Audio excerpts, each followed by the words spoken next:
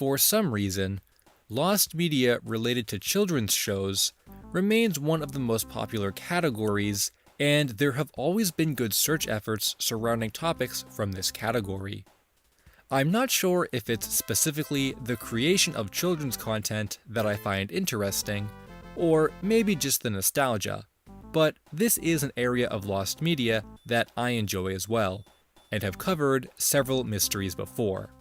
However, there was another search for a kids show that got really popular and was discussed heavily in the forums, but little progress has been made in the search and several unanswered questions remain. In December 2020, a thread was made on the Lost Media Wiki forums, which was titled Charlie Version of Caillou, and goes on to describe an alternate version of the kids show that aired briefly on demand, which has no information online. Needless to say, the initial reactions were that of OP having misremembered the entire thing, or that they had confused Caillou with another show that looked visually similar, called Charlie and Mimo. But more context was added to explain the details that were previously mentioned. Apparently, the show had no other change to it other than Caillou being renamed to Charlie, and was airing simultaneously with the Caillou series we're familiar with, which is why the difference was so noticeable. Also mentioned were the fact that OP had been located in Indiana at the time, and saw Charlie more than once, to the point where they looked it up online at the time, but found nothing about this alternate version even back then. It's one thing when content goes missing, and the search to get it found is difficult, but it's another when a piece of lost media can't even accurately be identified, and adds another layer to the mystery.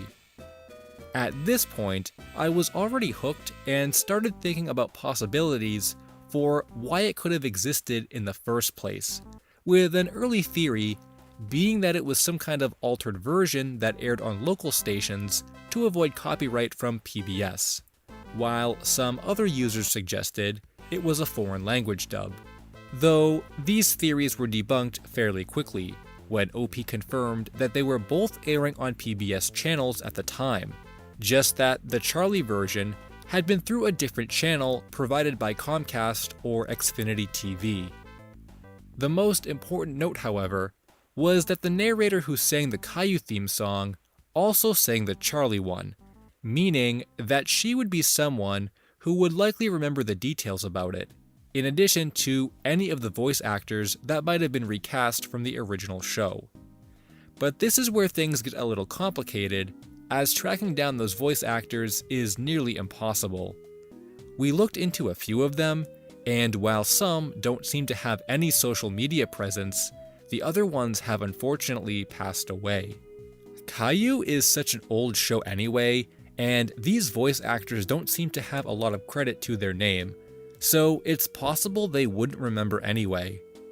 I thought about the idea of looking into PBS stations and finding some people who helped run them, but the thing is, we're not even sure which PBS station this was, and if it was on an Xfinity channel, the results would be even smaller. There wasn't any progress made after that in attempts to connect with anyone from PBS, but another theory was proposed that Caillou was renamed to Charlie as a way to test market the show to a new audience. But I disagree with this and don't believe it was part of a test or something that wasn't meant to be released publicly. Even though we haven't uncovered any leads to follow with this search, I definitely think it's one of those things that could be out there, and it'll just take the right lead to come forward with something we can work with. Do you follow a balanced diet or get enough exercise? If not, then you might need the guidance of Captain Carlos, a kid who teaches viewers how to live a healthy lifestyle. He starred in his own short series that aired in between the main programming of Playhouse Disney from 2004 to 2007. In each episode, Carlos would be looking for a snack to eat while his sister Maria would try to offer him junk food. The narrator would then make a statement about how junk food can hurt your body, which resulted in Carlos choosing a healthy snack and turning into a superhero. While some have criticized the series for the unconvincing way it portrays junk food to kids, I do remember it airing a lot back in the day, and hearing that it became lost media got me really interested. Apparently, the shorts were discontinued in 2008 and were not replayed on the channel after that. Though rumors state some of the shorts were included in Playhouse Disney DVDs that were released around that time. For many years, however, the majority of them were not available, and only a handful of them were uploaded to YouTube.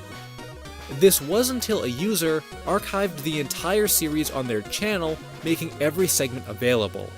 Well, it used to be that way. According to the Lost Media Wiki article, the episodes were deleted from the channel, and the channel doesn't seem to exist anymore, which leaves the majority of the series lost again. Thankfully, there are still a lot of people archiving the series, with new segments having been uploaded very recently, though this is still far from every one of them that was made. Curiously, an earlier version of the segment called Spelling Test can be seen in a Vimeo upload from one of the series' crew members, which might make you wonder how many other early versions still exist, or how many crew members might have held on to the final episodes. Out of all the Playhouse Disney shows that kids grew up watching back in the day, Bear in the Big Blue House might be one of the most well-remembered and loved. For the fun characters with memorable personalities, to the extensive layout of the Big Blue House, the show is such a comfy adventure that really makes you feel like Bear invited you over to his house. However, if you thought you had seen all that the Big Blue House has to offer, then you'd be wrong, because there exists content from the series that very few people have seen. In 1997, a pitch pilot of Bear in the Big Blue House was produced to test the show before it entered production. This pilot has never been officially released and currently cannot be viewed in full. The only time any of its content was available dates back to 2006, when director David Gumpel uploaded a reel which included a small clip. This contained an earlier version of the song Need a Little Help Today, as well as the original designs for characters Pip and Pop, and the original set design for the kitchen. Since its upload, however, the clip has become unavailable and only a handful of screenshots still exist. Noel McNeil, the voice of Bear, has stated the plot of the pilot was the same as the episode Water, Water Everywhere, but with these differences. No other information about its production is known, and it's unconfirmed who of the crew might have the full version. Though it's possible David Gumpel might have had access to it at one point if he was able to include clips in his reel. This is one of those older shows that isn't airing with new episodes, so the pilot might end up resurfacing online someday. But this isn't the only lost media from Bear in the Big Blue House, and the latter of these two might be more difficult to find. Depending on who you ask, Face, from the frequently aired bumpers, is either the coolest or most terrifying character of all time. He kinda hosted the Nick Jr. block in the mid-90s through the early 2000s, and would appear in between the different programs or during the credits roll, making entertaining comments and fun banter for viewers to play along with. Now, there's no big piece of lost media or main search effort when it comes to Face content, however, it's more of the opposite. There's actually so much lost Face content that the search for it is pretty scattered and can only be handled by making huge lists.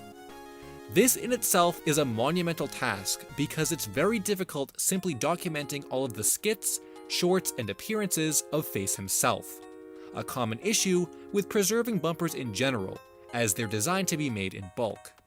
However, what makes this search more confusing are the variations, special announcements, or sometimes international versions of the same bumper which can go missing. Take the Face Tries Out Different Colors bumper. The UK version has been found, but the US version has not. Some of these also mention a specific show premiere or were only aired during a certain show, such as Face Messes Up during Little Bear, or Face Opens for Lazy Town. I'm sure this list isn't completely accurate or up to date, but it's the only one available online, so it's the only reference a bumper enthusiast can use when trying to find these. I remember a few years ago, I tried looking through a few of my VHS tapes that were recorded from Nick Jr., but I didn't find anything new. That's another issue as well. The only way these are going to get found is by fans looking through old VHS tapes and having recorded them. If you're a Nick Jr. fan or fan of Lost Bumpers, start looking through your VHS collection. You might be surprised with what you find. The Wiggles are a children's band with no need for introduction, as they've become incredibly popular and iconic over their many decades of creating entertainment for kids. However, with that popularity and numerous releases of content over the years, you know not everything can be preserved, which creates lost media. There's a lot of lost media from the Wiggles, ranging from TV pilots to concert specials. And honestly, so much of this stuff seems like it deserves its own video. So picking a single topic to discuss here is a little challenging. However, in keeping with Playhouse Disney, and something that I personally found really interesting, are the alternate versions of episodes that were created from the main series. In 2008, when Disney debuted the Imagination Movers, the Wiggles essentially got kicked off the channel, and their show was given to Sprout, a PBS-owned kids channel. But rather than airing the full 22-minute Disney episodes, each one was cut down to about 12 minutes, and changed some of its content, which extended the overall episode count of the series to 52 instead of 26. These alternate versions are very hard to find, with the majority of them still being lost, and several other edited seasons having even less information available. Even though the original unedited episodes are currently available for purchase, it's the fact that these remixes cannot be viewed which makes fans want to find them. When it comes to lost media, it doesn't really matter how redundant a search might seem. As long as there are people who want to preserve the history of a series, then the topic becomes worth finding. I'm sure someone out there grew up with the Sprout versions of the Wiggles show, and now part of their childhood is lost. If you watched Playhouse Disney at all growing up, or even Disney Junior once the block changed brand, then you've probably seen Little Einsteins before. It follows the adventures of 4 kids and their rocket ship, who see the world and learn all about its arts, music, and culture. In fact, even if you haven't watched Playhouse Disney at all, you've probably still seen this show somewhere before. It was huge back in the day, with a 5-year run on TV and 9 years of reruns after that. Though, for as popular as the series became, there's a chance it wouldn't have been a hit when we look at the earlier designs of the characters in what's considered the pilot of the series. In 2004, a short 40-second trailer was created and pitched to Disney with the hopes that the concept would get picked up and worked into a full series. This pilot was put onto many Disney-related VHS tapes and DVDs in the early 2000s as an advertisement for the upcoming series. The content itself looks very different from the final show, in both animation quality and character designs. There's even an old website with an early logo design and early character art, though this is where things get a little interesting. The concept art looks different enough from the pilot to be considered a revision, but it doesn't quite match the look of the final show yet, which has led to some speculation that there's actually a second pilot in existence. This is backed up by a reference on the website of a writer, which states he wrote the pilot for an upcoming animated Disney series based on Baby Einstein products. It's a mystery what this could be specifically referring to, and fans have been trying to create a timeline to help in figuring out when every piece of the series was made. Though this wouldn't be the first time a Disney series received more than one pilot either, as Junction had 3 different pilots created before that series became its own show. It's not often that we find a really old programming block that hung on for as long as it did, and for that reason, its cancellation hits a little harder. Cubo was a programming block as well as its own channel that aired from 2006 to 2021 and featured a lot of children's programming that really became cult classics. 321 Penguins, Willa's Wildlife, The Mysteries of Alfred Hedgehog, and my favorite, Pecola. I briefly remember coming across this channel when I was younger, but had no interest in it at the time, so it wouldn't be until the late 2010s when I came across it again. There were dozens of other shows that the block aired, and from what I remember, the schedule had pretty good variety, so I often found myself leaving it on in the background, which was nice, especially since I didn't have cable at the time. Pecola aired for an hour starting at 8 p.m. every night, so that was the one show I made sure to watch. After midnight, Cubo ran a block within itself called Night Owl, which mostly showed old 80s cartoons like Masters of the Universe. Even though Cubo might not seem as popular as something that would air on a main cartoon channel, when it was announced in early 2021 that the channel would be closing down completely, a lot of people were sad to see it go. This closure was the result of Ion Media and all of its channels being sold to EW Scripps Company, and unfortunately, it was decided to discontinue Cubo. There was some discussion on the Lost Media Wiki forums about whether or not there would be any Cubo Lost Media as a result, but it seems like there isn't too much. Bumpers and promos are the most common piece of media that becomes lost, but there are still massive searches for this kind of thing even from the big networks. I think the greatest loss in Cubo being discontinued is the fact that such an old programming block made it so far into the modern television age, but just wasn't able to survive it. Every time I think I've seen it all, a new piece of lost media comes out of nowhere that somehow no one has heard about before, and an entire search forms around it. These topics are really interesting to cover, and all it takes is one or two claims to get them going, which is exactly how I describe a more recent topic that was brought to my attention. It came from fellow Lost Media YouTuber Seeker of the Lost, and describes one of the strangest crossovers to ever exist. Oswald from The Nick Jr. Show and Ozzy Osbourne, the musical artist. The story goes that in the early 2000s, Nickelodeon created a crossover commercial which combined the two together in what is described as an ad for Oswald, but not with Oswald dialogue. Instead, the characters were dubbed over by the Osbournes, and even included a variety of bleeped out swear words. While this sounds like a crazy fan-made work, or something that simply can't exist, several claims have come forward spanning a couple years, which adds to the likelihood that many different people all saw the commercial. Some of the more consistent details include that it aired sometime between 2001 and 2003, contained voice clips from the Osbournes' TV show, and had a parody name at the end called The Oswalds or something similar. While no images were found, and the only evidence we have to work with were recollections, it was believed to have been aired during the Kids' Choice Awards in the early 2000s, which, if true, would mean it seems to be more of a skit and less of a commercial. Seeker and myself wasted no time in tracking down full recordings of the event from 2002 and 2003, but went through the whole tape and didn't find any mention of Oswald or the Osbournes.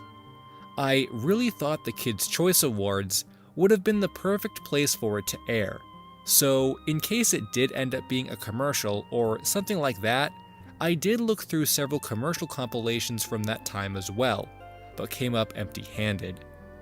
This is where things get a little hard to follow, because the only other leads to work with were people that state it might have been from Teen Nick, while others state it was aired during the daytime, and most of the Reddit posters were contacted, but provided little information that wasn't already there.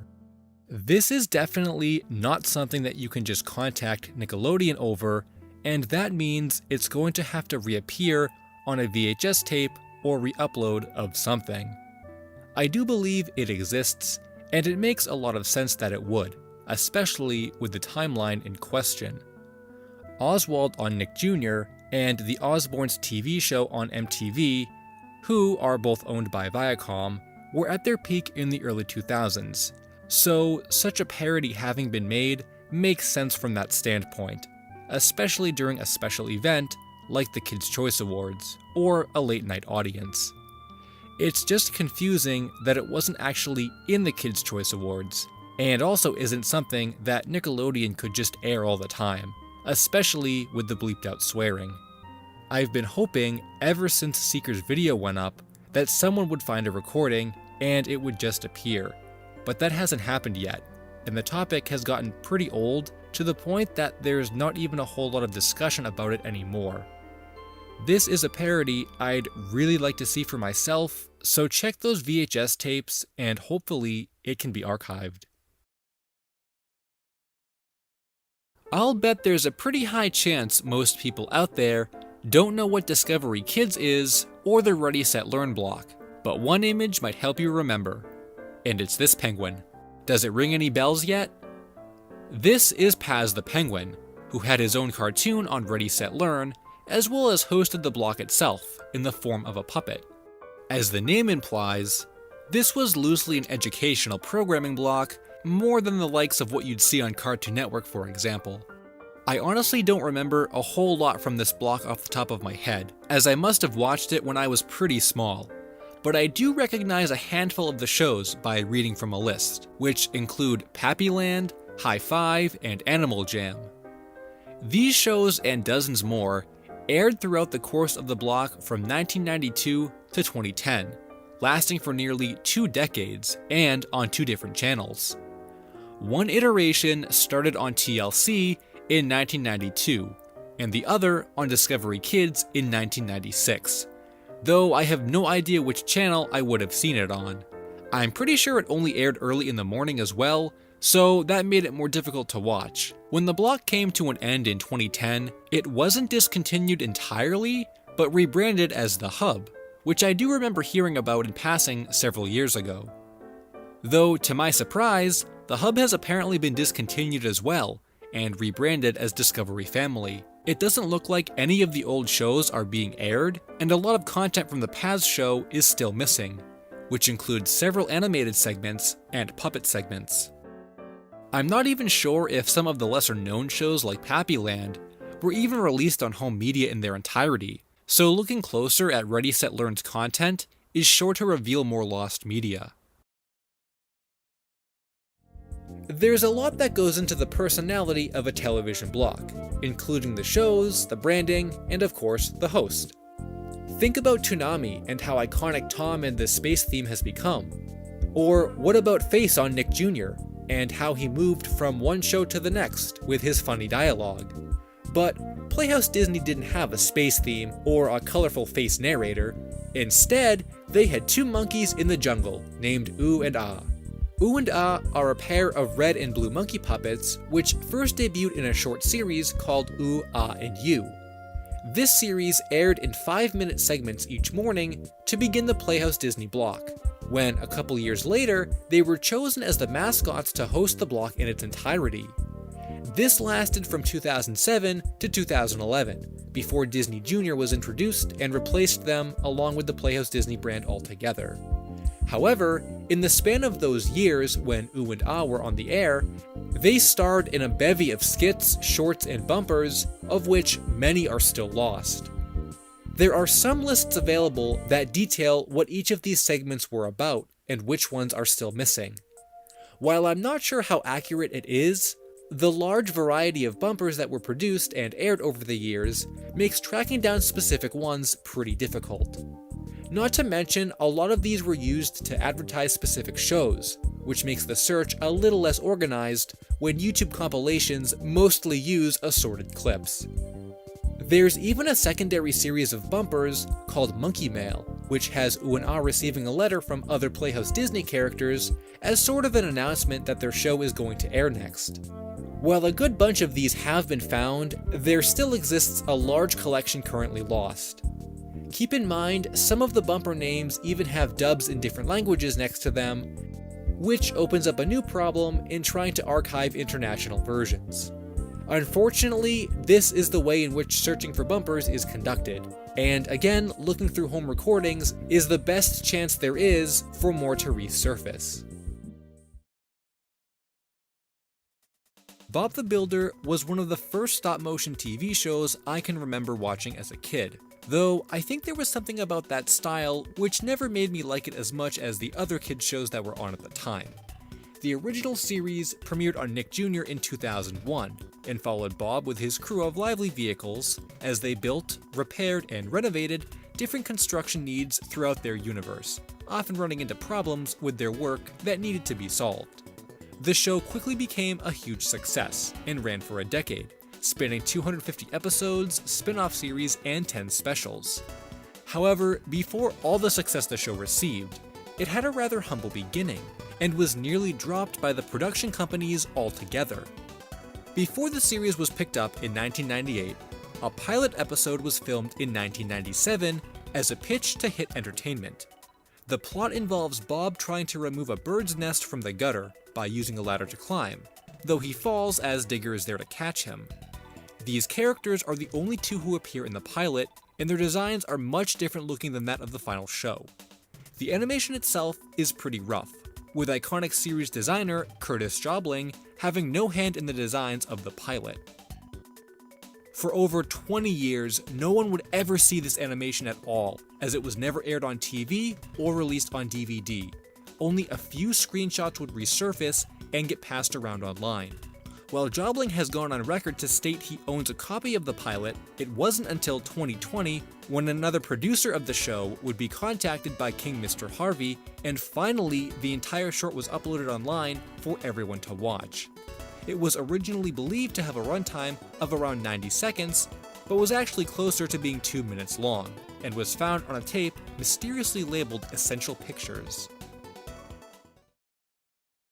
If there was ever a lost media search that seemed to drag on and on with little to no updates, I think Pink Morning Cartoon would win that award. A lot of you who are more in tune to the lost media community probably forgot about this topic, and if you're new to the scene, there's a chance you missed the entirety of the search when it was in full swing. For those unaware, Pink Morning Cartoon was the name given to a series of eerie animations that were discovered on YouTube a couple years ago, whose origins were unknown. At the time of their discovery, they had been sitting online for more than a decade, only being able to be described by their appearance and rumors of where they came from. Since the topic was so mysterious and remained unsolved for so long, a search group quickly formed and the rumors started being researched, with the most popular claims stating that the animations were segments from a religious-themed show that only aired on local stations early in the morning. Of course, this unsettling claim made the topic far more interesting, and the thread on the Lost Media Wiki forums quickly grew, in addition to a Discord server where the uploader of the original clips was helping out.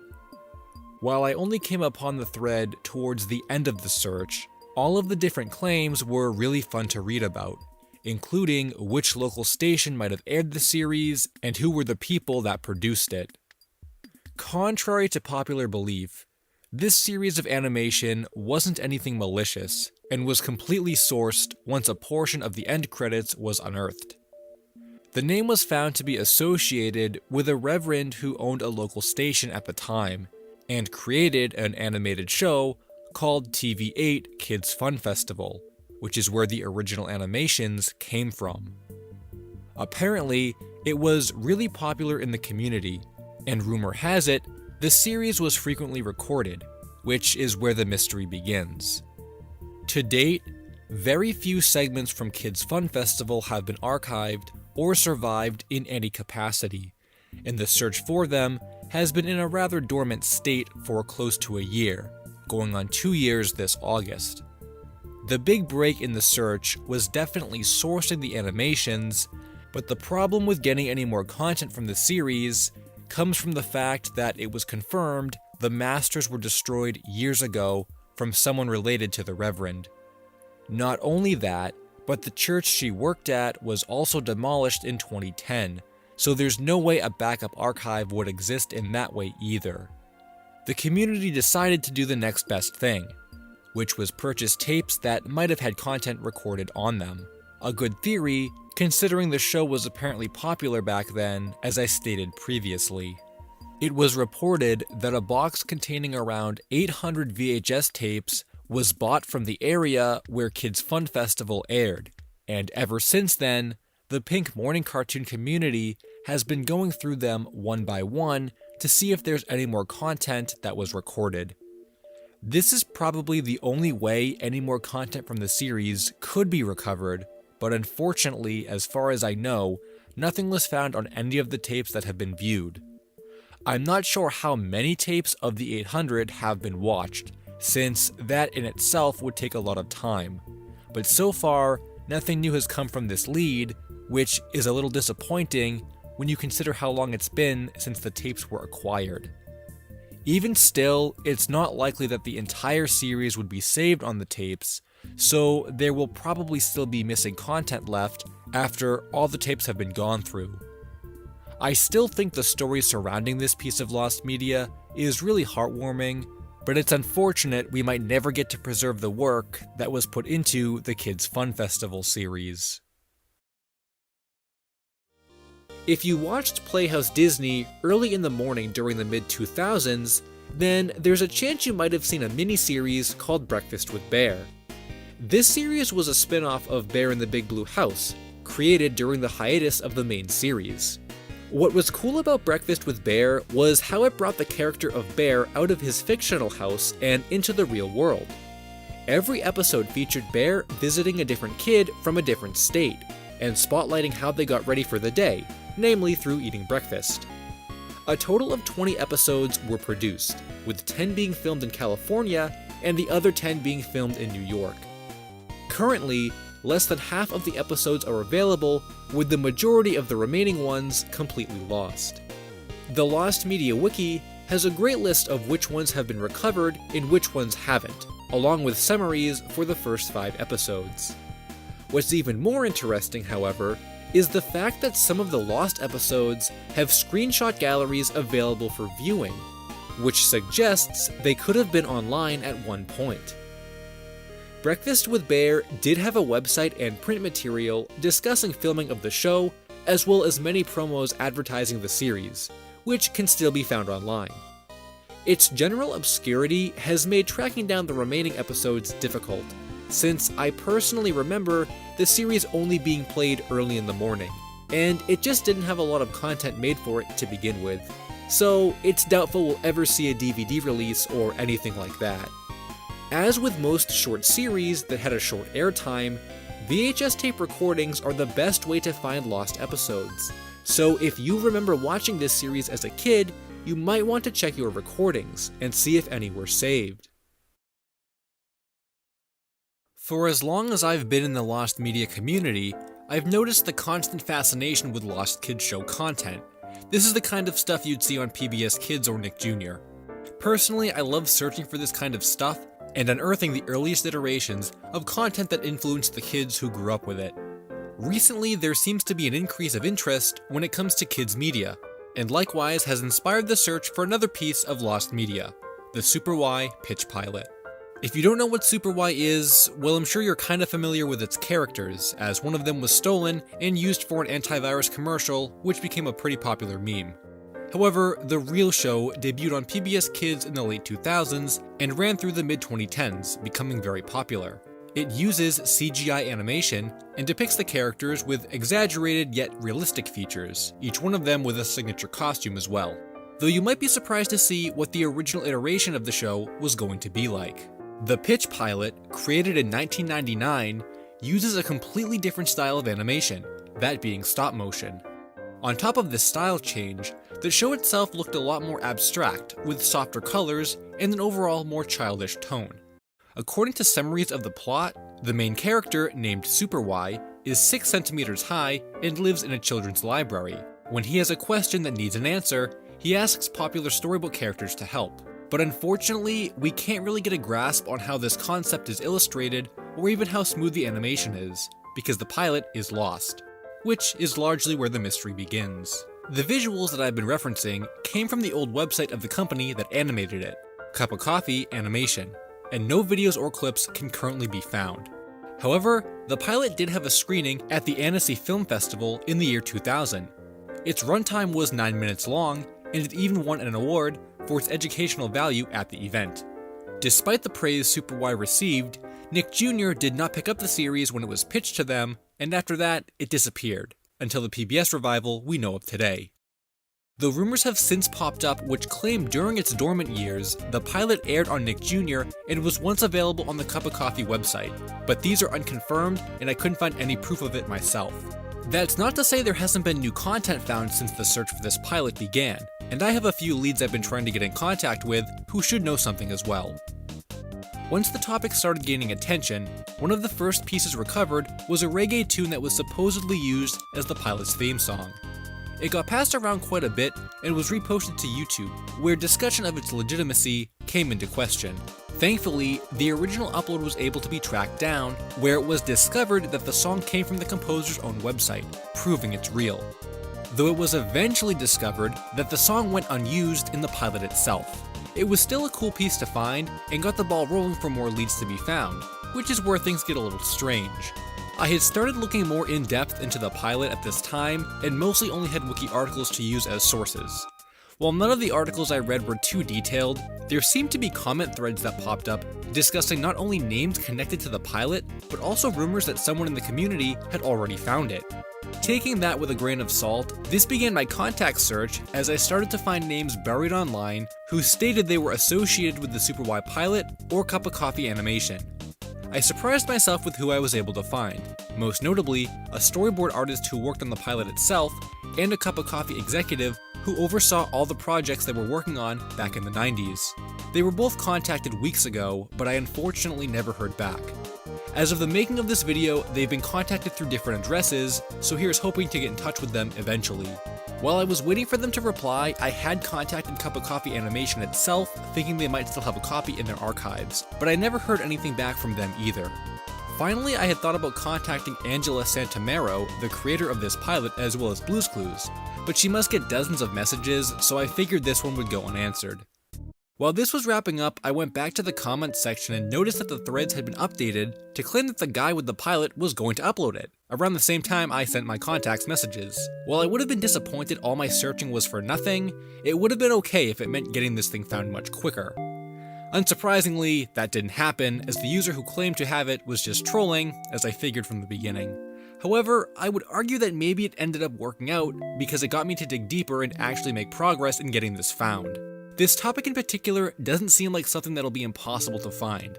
There seems to be enough people out there who know about it, and Cup of Coffee is still around. I have a feeling Super Y will find its way online eventually. Until that happens, however, the Super Y pitch pilot from 1999 will remain a mystery. If you were a Nick Jr. kid growing up, then you probably remember Bob the Builder, a stop-motion series with lively construction vehicles, each having their own personality. But if you grew up with Disney Channel, your handyman was that of Handymanny, a show animated with CGI that followed the title character Manny and his box of lively tools, each with their own personality. The show ran for nearly a decade, beginning in 2006, outlasting Playhouse Disney itself and ending in 2013 on Disney Junior. The show was produced by Nelvana and most notably had cel-shaded graphics. However, an earlier iteration of the show exists in the form of a pilot, and similar to Bear in the Big Blue House, very little of its contents are available to the public. Before the show's premiere in 2006, a pilot was created in 2005 by DKP Productions and looked much simpler in style. The graphics were done in standard 3D and did not use cel-shading, with the background designs being much more simplistic as well. This lesser quality isn't anything too surprising though, as pilots are usually more basic than the work done on the final show. I think it's really cool to see this more primitive iteration, but unfortunately, there's not too much we can actually see from it. That's one of the most interesting pieces about the pilot, is how scarce information is. The only content from the pilot that's available are 2 short clips from a demo reel on DKP Productions' website, and that's it. Manny isn't even seen in these clips, so it goes without saying that the majority of this 11-minute pilot is lost. There's another claim from the Handymanny wiki that states part of the pilot was shown at the MIPCOM Entertainment exhibition, but I couldn't find any source for that. Similar to the Bear in the Big Blue House pilot, this one seems like it could end up resurfacing online someday. While this topic might be a stretch when it comes to children's television, it did air on PBS itself and is related to Lost Bumper material, so I'd say it counts. I also don't know when else I'll ever get the chance to talk about this topic, which is such an anomaly that it deserves to be discussed. Several years ago, I was flipping through the channels late at night and stopped on my local PBS affiliate station, which was running an ad for the PBS Kids block. I didn't think anything of it upon first glance, since there was nothing strange about the commercial, but for some reason it felt familiar. I watched more closely until I realized it was nothing visual which I had seen before, but rather the music I was hearing. For some reason, this particular commercial advertising PBS Kids was playing the song Tank by the Seatbelts as background music. This song is better recognized as the first opening to the anime Cowboy Bebop, and needless to say, I was blown away yet confused at the fact that such a song could be chosen for a basic ad like that late at night. Unfortunately, I had nothing to record the commercial with at the time, thinking it would be one of those stories people end up doubting and saying I misheard or misremembered it. That's far from the case, however, as a Reddit thread soon appeared which discussed the existence of the commercial, and for this short while, it actually wasn't lost media. There was a Twitter account who uploaded a portion of the commercial, which proved its existence, and just like many others, I thought that this would be here forever. Sometime over the past couple years, the Twitter account privated their tweets, and as far as I know, the clip was never downloaded, so it's fallen back into obscurity. I've tried looking elsewhere online for it, but came up empty-handed. If someone could reach the Twitter account who uploaded it, they might still have a copy, or the original tweet in their account. While we might never know how or why that song in particular was chosen for the commercial, it's still a cool piece of knowledge knowing that it exists at all. Blueprints might be the most iconic piece of lost media from this series, but there are actually quite a few other Blue's Clues related material that's gone missing over the years. Second to the pilot, and something that many people have dedicated time searching for, are the international adaptations of the show. This is when countries such as Korea, for example, take the show's concept and rework it to fit their culture and audience. For this reason, the show is not simply dubbed, and many differences are present, such as a different host entirely. Though, despite these reworkings, the core elements of Blue's Clues are still present, and for that reason, fans have become interested in seeing these variations on the original classic. Most notably, the Korean and UK adaptations have become the most coveted, with only a handful of episodes having resurfaced, though many screenshots and images of home media releases have been documented. The Korean adaptation had 2 different versions of the show, one having aired on KBS2 and the other on Nickelodeon. Both versions replace Steve with a Korean actor, but the rest of the main cast is still present. The UK adaptation is hosted by Kevin instead of Steve, and has the majority of its episodes still lost as well. Though apparently, Season 1 is available for purchase on Amazon UK, but it doesn't seem like anyone has purchased them to upload and archive. The only episodes that are currently available on YouTube range in quality and aren't from any specific season of the show, but rather mixed. I'll be the first to admit that lost dubs used to be a category of lost media I wanted nothing to do with. I didn't understand the mystery behind lost dubs, and it didn't make sense to me to find alternate language versions of shows you couldn't understand, which are already in English to begin with. However, after discovering some alternate English anime dubs for shows like Fullmetal Alchemist Brotherhood and One Piece, which stray pretty far from the iconic voices we've all come to know, it sorta opened my eyes to just how interesting and elusive all lost dubs can be. This is where Oswald comes in, a relatively unpopular Nick Jr. show that appeared and disappeared in the span of a couple years, only amassing one season. For a show with such low popularity, you'd probably think there can't be any lost media relating to it, but that's where you're wrong. Apparently, someone thought the show could be dubbed and marketed to the Japanese audience, which is exactly what happened with Hello Oswald, the Japanese dub of the show. It aired on Wow Wow in Japan and did so well that DVD releases and plush toys were made to promote the show, which is more than the US can say it got in relation to product releases. Currently, there are only 2 episodes of the dub that can be viewed online, with the rest of the series having never been uploaded. However, that could all change if someone with a big enough desire and wallet purchased the series. You can find all 8 volumes of the series for sale on Japanese shopping sites, but for some reason, the prices of a single DVD can range from $20 to $50, depending on which volume it is. There are even complete sets for over $200, which leads me to believe no one wants to pay these prices to rip the DVDs and upload them online. Though, at the same time, unless you are familiar with this piece of lost media in the first place and know where to look for the DVDs, I'm not sure many people even knew about them to begin with. If you're interested in unearthing some lost dubs, this might be the topic for you. We've talked a lot about earlier iterations of Playhouse Disney shows already, with the ones that existed in the form of pitch pilots. However, in those cases, the content from them was never meant to be aired on TV, and it probably wasn't intended to be known about by the general public at all. That's not exactly the case for another pretty popular show that aired on the block, called Higleytown Heroes, and ran from 2004 to 2008, spanning 66 episodes. The main plot of the series involves the characters running into problems at some point in the episode, which is resolved by the end when a Higleytown hero saves the day. These heroes are firefighters, electricians, and similar occupations, with the idea being to highlight how important everyday jobs can be. One of the most notable design features is how every character is made to resemble nesting doll figures, even being able to open themselves up. From characters to plot, these ideas were present in the final show and didn't change direction very much from the original short that was created for the series. In 2003, before premiering as a main show, Playhouse Disney ran a program called Mini Show and Tell Time, which aired shorts of new shows, and Higleytown Heroes was one of them. This short ran regularly on the channel and was even advertised in commercials which promoted the Mini Show and Tell Time program.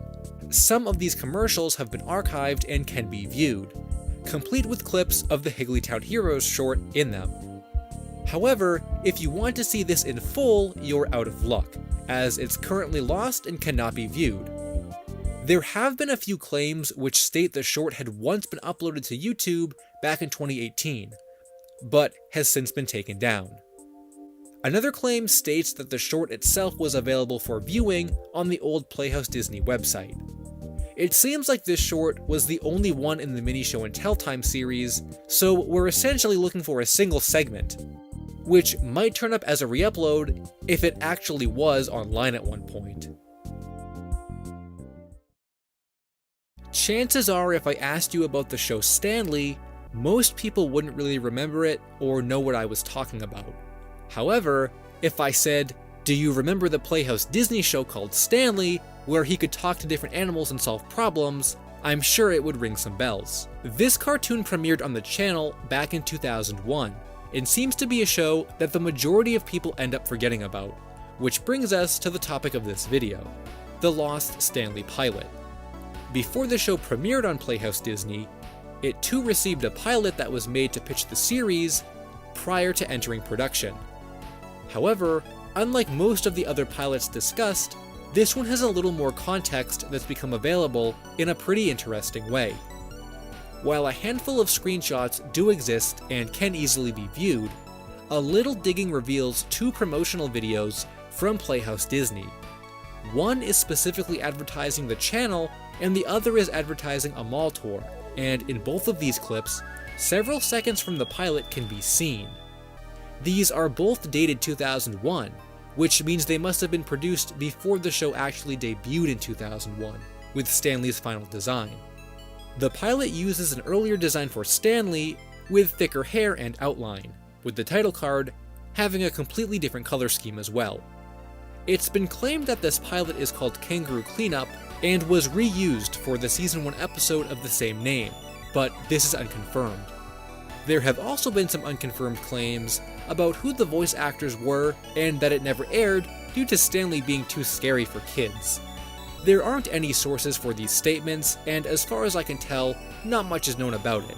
Though again, this seems like a really easy piece of lost media to find. Sesame Street is a children's television show that seems like it's been around forever. With 48 seasons and over 4,000 episodes, the series has a huge and diverse history of material spanning many different iterations of shorts, skits, and segments. Naturally, with so much having been made for the show, some of its content has slipped through the cracks and remains lost. Not released on DVD, not posted online, and not available for public viewing. A lot of lost Sesame Street content is simply a result of the lack of preservation, and quite a bit of it isn't exactly historical or noteworthy. However, today's subject in particular does stand as a holy grail, not only for the Sesame Street lore, but also for the historical importance it has to the lost media scene. There have been quite a few times within Sesame Street's history when they feature celebrities or other famous characters on the show. These are usually memorable and quirky, bringing a little pop culture into the show. But there was one time when this idea of a celebrity crossover went horribly wrong. So wrong, in fact, that the episode itself was banned, never to be shown again. It all happened when the Wicked Witch of the West landed in Sesame Street. On February 10th, 1976, episode 847 of Sesame Street was aired for its first and only time. It features actress Margaret Hamilton reprising her role as the Wicked Witch from the Wizard of Oz film. The episode itself involved the Wicked Witch losing her broom while flying over Sesame Street, and having to interact with the residents in order to get it back. Naturally, as she's the Wicked Witch, the residents are cautious about her intentions and are hesitant to give it back. This results in the witch causing trouble, such as making it rain inside Mr. Hooper's store and threatening to turn Big Bird into a feather duster. Eventually, she uses a disguise as a trick to get her broom back, and then leaves Sesame Street. On paper, this seems like a relatively harmless and kinda cool crossover that's really interesting to hear about. However, this wasn't exactly the case for kids growing up in the 1970s who witnessed this episode of the series, and is the reason why it was shown once and only once on TV before being banned. The aftermath of this episode is perhaps more legendary than the episode itself, because for something like Sesame Street to get banned, you know something had to have gone really wrong, and it did. Apparently this episode pretty much traumatized the young viewers who watched it, and resulted in dozens of angry complaint letters from parents whose children were terrified of the witch and wouldn't watch the show anymore out of fear. Archives from the Children's Television Workshop hold some of the letters that were sent in, and include phrases such as screams and tears, and the threat of the witch's power remains in the children's eyes. Shortly after the episode was aired on TV, additional test screenings were conducted from March 1st through the 5th. Ultimately though, these tests were inconclusive, with the initial complaints being strong enough for the Children's Television Network to officially ban the episode from re-airing on TV, where it has not been seen since its original 1976 premiere. Now of course this leaves us wondering about where the episode is now and how we can see it. Fortunately for us, this topic isn't one that's unknown or not cared about. There's actually a lot of discussion and talk about it on various places around the web. A lot of research has already been conducted as to the whereabouts and release of the episode, but perhaps the most important comes from a post by Nitrate Nerd on the Lost Media Wiki forums. He emailed Craig Sheeman, the president of the Jim Henson Legacy, an organization which preserves his work. Craig confirms that the Sesame people actually have a copy of the episode and that it's in good hands. While this news might not come as a surprise, it was actually speculated for a time that all copies of the episode had been destroyed, so getting this confirmation is pretty reassuring. He goes on to state that he'll try and see if they'll do a Lost Sesame Street episode screening, in addition to another party who has connections in trying to get it released. This post is from July 2017, but unfortunately nothing has come of it since. Contact to Sesame themselves and Carol Spinney, who performed Big Bird and Oscar on the show, was also made, but there was no response from either. You might be wondering why exactly Sesame has such a tight grip on the episode, but we don't really have a real concrete answer about that. It seems to mostly stem from the fact that this episode was banned for a reason, Sesame wants to keep their name clean, and likewise don't really have anything to gain from releasing such an episode. What's even more unfortunate about this case is that we can't even really hope an old VHS recording exists, because VHS recording was almost non-existent when the episode aired. This is sort of like the perfect storm for an instance of lost media. Hopefully someday we'll get a chance to see such an interesting and controversial episode from a series like Sesame Street nonetheless, but until then, it'll remain a mystery. Children's content plays a huge role in the landscape of television, and has spawned many successful franchises that have a lasting impact on American culture. Blue's Clues is a children's show that definitely falls into this category. With a 10-year run on TV, spin-off series, and merchandise galore, to this day the series is fondly remembered by nostalgic teenagers and their parents alike. The show follows Steve as he journeys through his house as well as far-off lands, where he attempts to find all three of Blue Puppy's clues to solve the mystery of each episode. But as recognizable as this show is today, there was one point in time where it was actually going to be a little different, and we've never actually seen all the secrets to this original version of the show. Before Blue's Clues' official 1996 TV premiere, in 1995 it took shape as something a little different, called Blueprints. This version of the show was actually the pitch pilot, and contained several differences from the final version, including the absence of Steve's signature green striped shirt, with a red one in its place.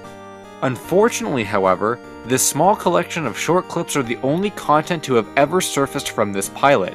In 2006, for the 10th anniversary of Blue's Clues, Nickelodeon produced a mini-documentary showcasing the history of the show, and in it, these clips were featured and discussed. Aside from this though, the full pilot has never been aired publicly, and according to the Lost Media Wiki article, after the documentary aired, there was a search effort online that attempted to track down this early version, which included searching for bootleg recordings and files on torrent sites.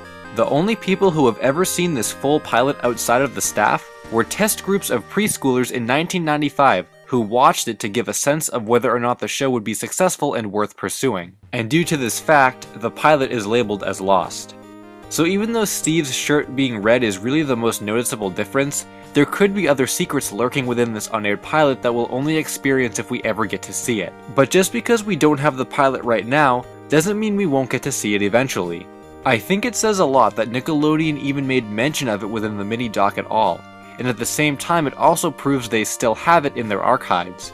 So perhaps for a future anniversary of Blue's Clues, we can get an official release of it, because I for one think it would be very, very cool to see where a series I grew up with started out. So until the day Blueprints does get a full release, it'll definitely remain a mystery. When it comes to lost Disney content, the shows that aired as part of the Playhouse Disney block rarely get brought up, which is probably the result of Nick Jr. and PBS just having more content that became more popular and memorable. However, that's not to say there aren't a lot of cool Playhouse Disney shows with an interesting production history, and a lost pilot, or two, or three, in existence, which has been so poorly documented that there wasn't even a Lost Media Wiki article about it until recently. This show is called Junction, and it premiered back in 2009 on Playhouse Disney, where it had a 3-year run spanning 47 episodes. However, long before its premiere, the show went through a lot of development, starting all the way back in 2003, when the first 2D concept art was created. This eventually led to the creation of the first 6-minute pilot that was done entirely in 3D, a change in style made to better suit the design of the show. This pilot was pitched to several different broadcasters over the next 2 years, but it didn't gain very much interest. The crew felt as if the technology and writing had become outdated, so a second pilot was made, which offered a much higher quality of production not seen in the 2003 iteration. This one was created in 2005 and caught the attention of Disney, who really liked the design and style. From here, Disney backed the show and requested that a third pilot be created and tested with preschoolers in 2008, with the tests having gone well, leading to the official premiere of the show a year later. It's pretty cool how a small idea from a collection of 2D sketches became a fully animated Playhouse Disney show, but unfortunately, we've never seen the evolution of this show for ourselves. There isn't a single clip available online or anywhere that we know of, which contains any of the 3 pilots created for Junction. The only piece that's been found is an early character design that was shown in an article discussing its upcoming premiere, but that's it. This seems to be a pretty traditional case of show creators having the pilots and just never having released them. So, with a little bit of contact, it might be possible to unearth a couple of them. While Disney might still have ownership over the third pilot, I'm most interested in seeing the first one, for how primitive it's been said to look. There's a lot of lost Nickelodeon and Cartoon Network animation, most of which has rarely been seen, and some of which might never be seen again. However, this idea of lost content is not only limited to the popular mainline TV shows that most people probably watched. Children's animation is just as likely to become lost media as anything else, and can also be equally as mysterious. This is exactly the case for Nick Jr.'s The Backyardigans, a CGI animated show about 5 animal friends who use their imagination to go on vast adventures. The show became a huge success that ran for 4 seasons from 2004 to 2011, and spawned many releases of toys, DVDs, CDs, and even a live stage production. But before The Backyardigans became the phenomenon that it did, its original vision was an entirely different show, and it's for that reason why the desire to find it has been had. Years before the 2004 premiere of The Backyardigans, in 1998 at the Nickelodeon Studios in Florida, a live-action pilot titled Me and My Friends was filmed as a series pitch to Nickelodeon. This is the earliest incarnation of The Backyardigans, and we can visibly see it's an entirely different show than we know today, with actors in full-body costumes and walking around a hand-built set. Here, we can clearly see the 4 main characters of the final show, Uniqua, Tasha, Pablo, and Tyrone, all of which had a lead role in this pilot. Some of them look quite different from their final counterparts, but this could just account for the differences in costumes versus CGI. There is a 5th character in the Backyardigans crew, Austin, who does not appear in any of the visuals we have for this pilot. It's actually speculated that he doesn't appear in the pilot at all. He also doesn't appear on any early concept art, which would imply he was a late addition to the final version of the show. Aside from the 4 pictured characters, there were also a trio of meerkats that appeared in Me and My Friends, based on this picture of 3 puppeteers. While we don't know their role in the pilot, there's a possibility that it could have been a large one, since the meerkats have never reappeared in the series again. As for Me and My Friends, there's not much information available, as only a handful of images and that one short video clip is all that's ever surfaced from this pilot. The video clip is from a compilation commemorating Nickelodeon Studios' 10th anniversary, and the pictures are from Yvette Helen Studios, the company that helped in creation of the costumes for the characters. Currently, Rick Lyon, who has stated he puppeteered one of the meerkats, has been contacted in regards to the pilot, where he claims he doesn't have it and never saw it. Additionally adding the pilot was done very quickly, and he doesn't remember much about it, other than enjoying his work on it. Now, this is a pretty important piece of information, because instead of simply moving on to the next puppeteer or costume designer, we can assume that no one who helped on the items and props for the pilot has a copy. The reason for this actually makes sense. Just because someone has a connection to a project doesn't mean they got a copy of it, especially considering they were hired for only making the props. Their accolade comes in the form of a credit on their resume, and those few pictures showing the end result. So while that omits the costume designers and whatnot, I did try to find some of the actual production crew, mostly just the series creator herself, Janice Burgess. Unfortunately, that ended really quick, and I couldn't find anyone else who was available to contact that may have had a hand in the creation of the Me and My Friends pilot. In fact, as much as I hate to admit it, this almost sounds like a losing battle in regards to finding it, never mind getting it released. Janice Burgess would technically be the easiest and most likely person to have a copy, but even if she was able to be contacted, there's a really high chance Nickelodeon and Viacom would have an issue with it being released, as they're really protective of their properties. And while The Backyardigans hasn't really been used recently, releasing content involving it is something they just generally have an issue with. On the flip side, Janice might not even have it, since creators do not always have a copy of all their work. So really the only place that is almost guaranteed to have it is Nickelodeon themselves, and contacting a whole company asking them to release a super obscure pilot involving a very popular franchise is not going to yield success. There is a rumor that questions whether or not Nickelodeon even still has it, since remember it was originally rejected. However, the positive side in all of this is that yes, there's a very high chance it's in their archives. Considering Nickelodeon maintained the rights to the show and revamped it only a few years later, it doesn't make sense to assume they got rid of it. And actually, that could also be another reason why it was never passed out to the costume crew of Yvette Helen Studios. Maybe it legally couldn't have been. Essentially though, the last documented time this pilot was absolutely known to exist was 17 years ago, and generally speaking anything could have happened to it between then and now, but I'd like to think that it's still intact and can be released in some form someday, even if that release isn't official. It's also interesting to think about what the Backyardigans would have been like had it remained live action and maintained its original name. But we might never even know what the pilot is like, because until it gets found, it'll definitely remain a mystery. Hey guys, I hope you enjoyed the video. Be sure to check out some of my other Lost Media videos. Thanks for watching, and until next time, Finn.